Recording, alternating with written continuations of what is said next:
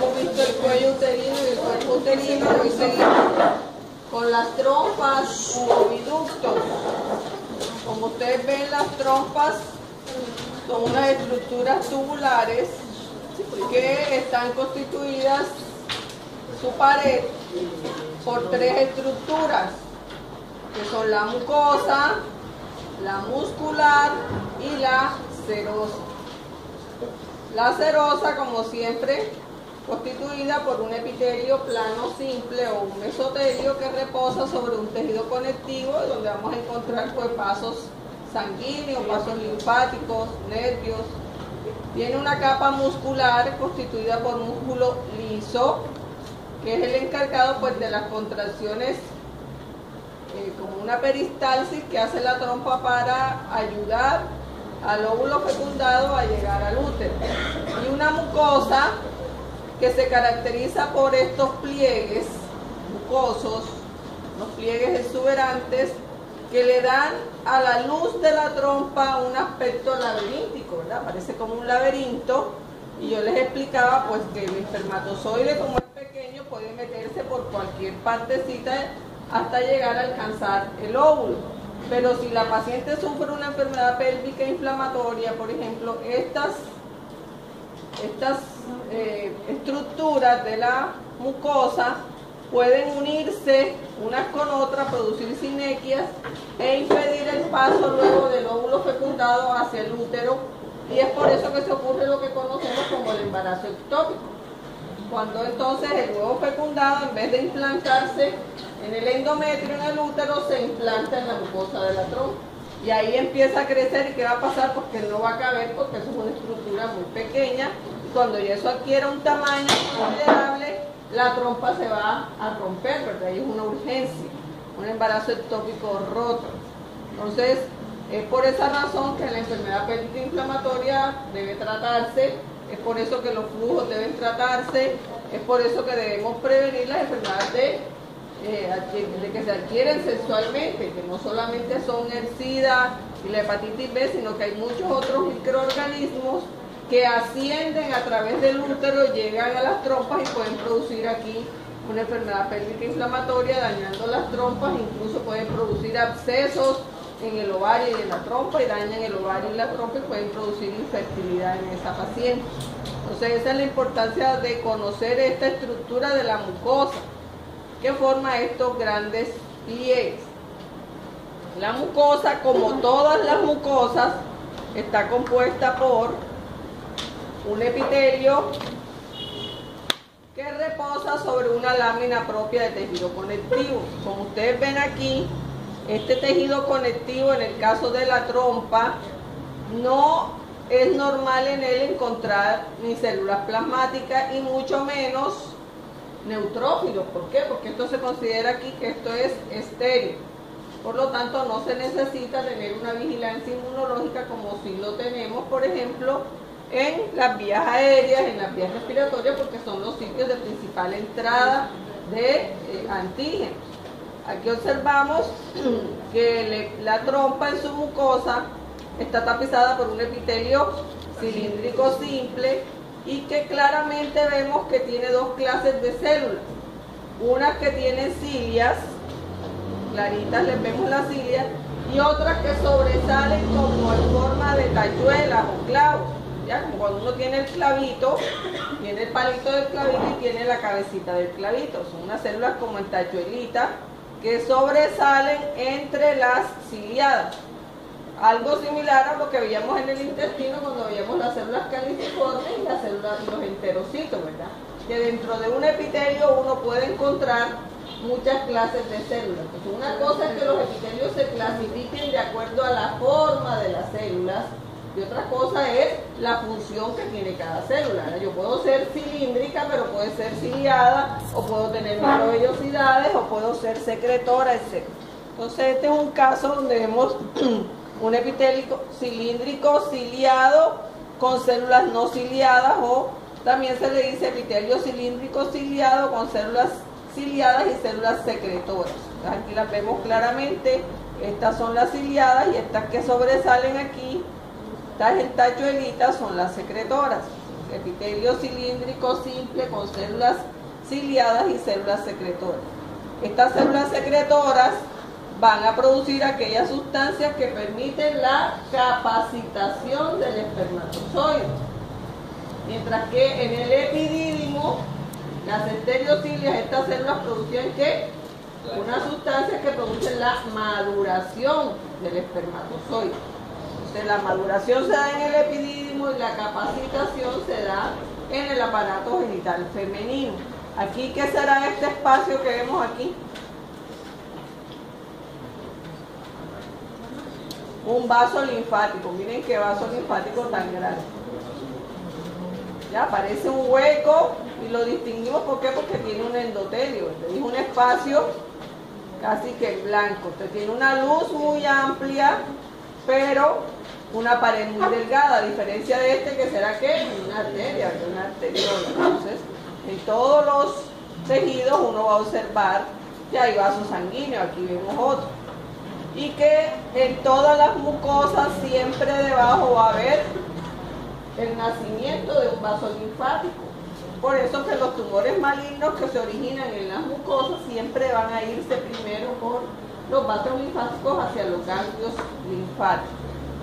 Entonces aquí esta estructura que estamos viendo aquí se llama mucosa. ¿De qué órgano?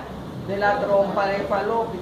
¿Qué tejido vamos a identificar? El epitelio cilíndrico simple con células ciliadas y células secretoras, y el tejido conectivo laxo pues de la lámina propia, que es otra estructura.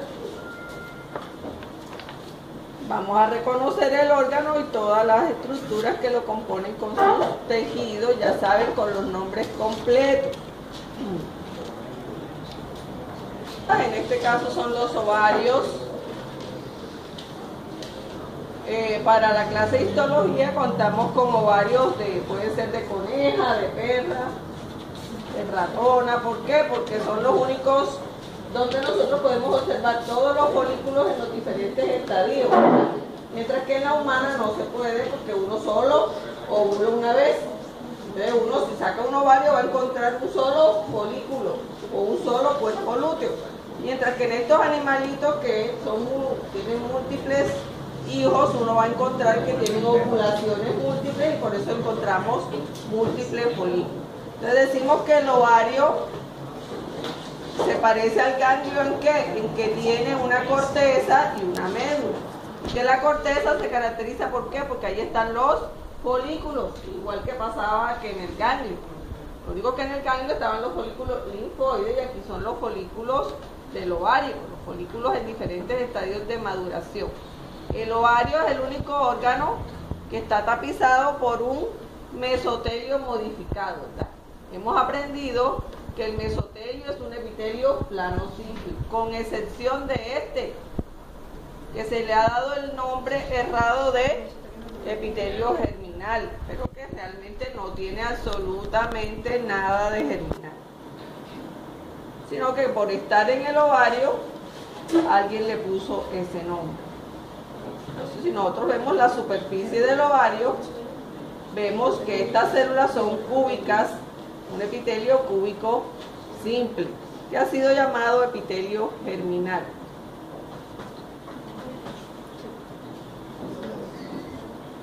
En la superficie del ovario, si es una mujer joven, una niña, uno va a encontrar gran cantidad de folículos que primordiales, ¿verdad? Porque todavía apenas está empezando a gastarse sus folículos.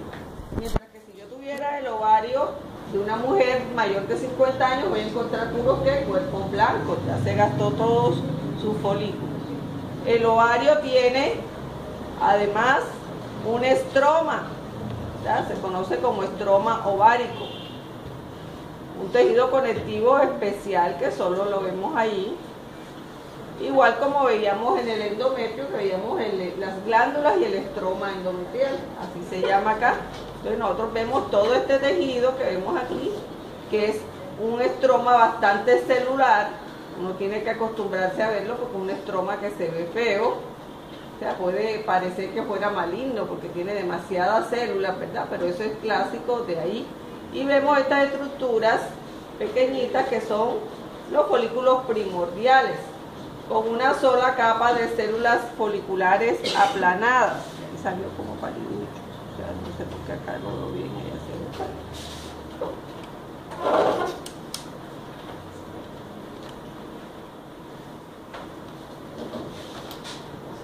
se conoce como folículos primordiales.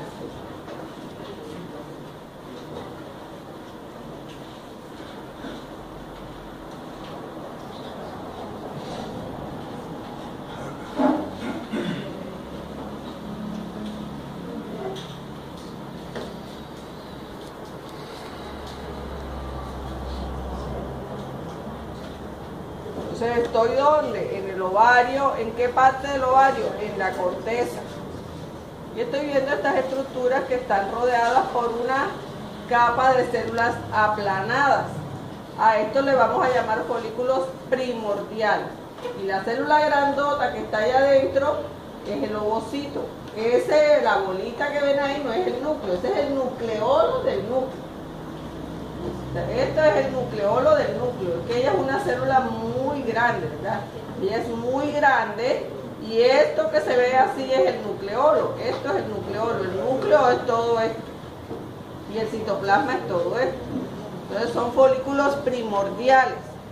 Cuando llegamos a la pubertad, esa capa de células foliculares aplanadas se empieza a volver cúbica. Se empieza a volver cúbica y aparece lo que llamamos el folículo primario. El folículo primario tiene una capa de células cuboidales, una capa de células cúbicas, y aquí tenemos el ovocito que ha reanudado o continuado con su meiosis, ¿verdad? Al principio él estaba detenido en profase de la primera división meiótica. Ahí queda, detenido. ¿Desde dónde? Desde la vida fetal. O sea, nosotros nacemos con los folículos primordiales y el ovocito ya empezó su división. Lo que sucede en la pubertad es que la continúa.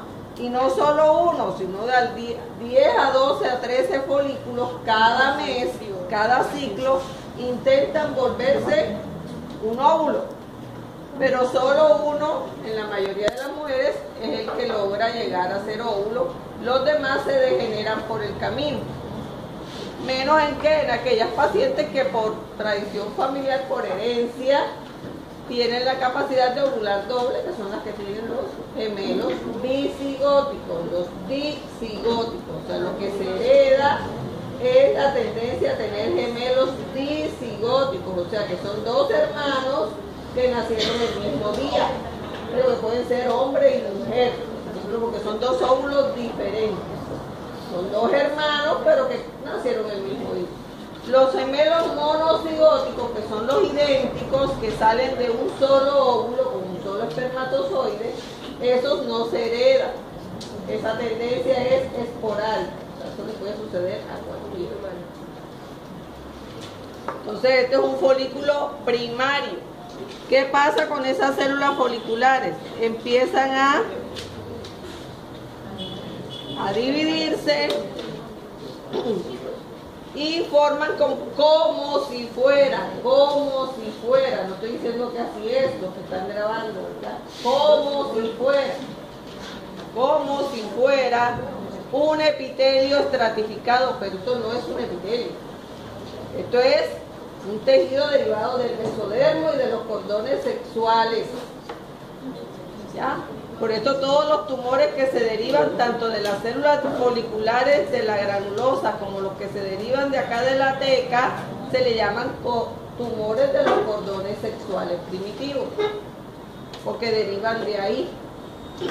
Entonces vemos que se multiplican y forman como si fuera un epitelio estratificado. Estas células ya dejan de llamarse células foliculares y se les empieza a llamar células de la granulosa. Son una glándula endocrina de tipo ¿qué? Cordón y acúmulo, ¿verdad? Porque yo no la veo formando folículos. ¿Qué es una glándula endocrina provisional? ¿Por qué provisional? Porque dura lo que dura el ciclo ovárico. Ya se acabó el ciclo ovárico, si no hubo embarazo, eso degenera y se convierte ¿qué? En un cuerpo blanco. Son glándulas endocrinas provisionales que se forman todos los meses. Entonces aquí vemos, estas son las células de la granulosa. Y separadas de ellas se encuentran estas que se ven como en forma horizontal, que son las células de la teca. La teca se divide en la teca interna, que es la que está directamente en contacto con la granulosa, separada por una membrana basal, y la teca externa, que se confunde con el estroma, no sabemos dónde se acaba. Lo que funciona es la granulosa y la teca interna, son las que son funcionales. Aquí vemos al ovocito, ¿verdad? Todo esto es el citoplasma, este es el núcleo, el nucleolo, y vemos una capa que se observa bastante eosinofílica y se conoce como la zona pelúcida, la zona pelúcida.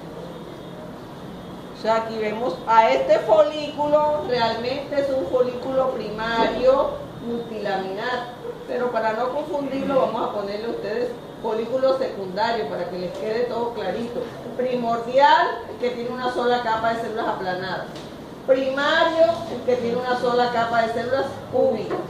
Secundario, el que tiene múltiples capas.